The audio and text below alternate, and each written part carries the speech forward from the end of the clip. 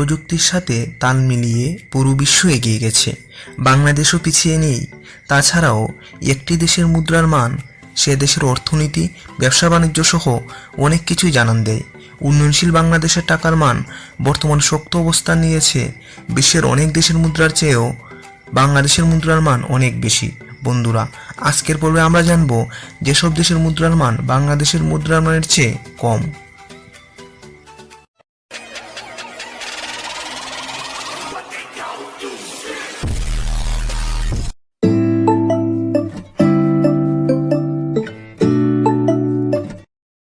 Indonesia. বিদেশে ঘুরতে গিয়ে যদি লাখ লাখ টাকা দুহাত দিয়ে উড়াতে চান তাহলে ইন্দোনেশিয়া যান। হাজার দ্বীপের এই দেশটিতে গিয়ে মানি এক্সচেঞ্জ করে দেখবেন সেখানে 10,000 বাংলাদেশি টাকার বদলে পাবেন প্রায় 17.5 লাখ ইন্দোনেশিয়ান রুপি। নেপাল।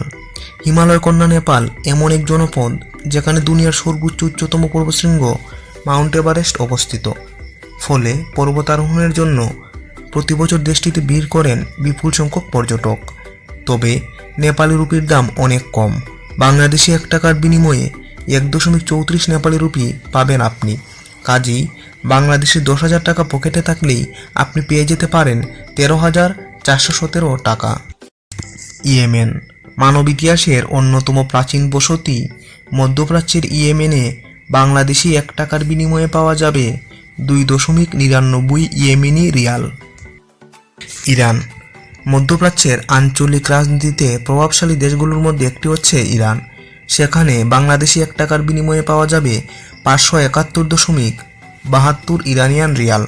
পারস্য উপসাগরের তীরে অবস্থিত ইরান বিশ্বের সবচেয়ে পর্বতময় দেশগুলোর মধ্যে একটি। উজবেকিস্তান।